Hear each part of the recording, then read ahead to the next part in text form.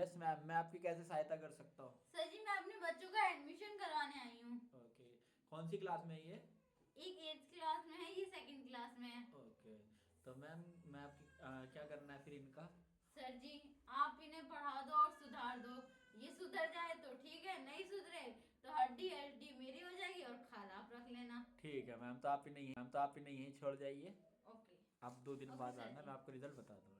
2000 years later. ठीक। Hello sir. Hello ma'am. वाह sir जी आपने नई जैकेट नई मफलर ले ली।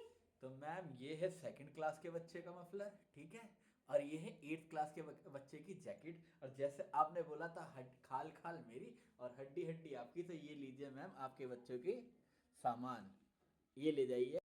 तो वीडियो जो हमने बनाई है खाली कॉमेडी के लिए है, और अगर सच में पेरेंट्स जैसा बोल के जाते हैं कि बच्चे की हड्डी हड्डी हमें दे देना और खाल आप रख लेना, अगर ऐसा सच में हो गया तो आपको कैसा फील होगा? एक वीडियो खाली इसलिए बनाई थी। Thank you.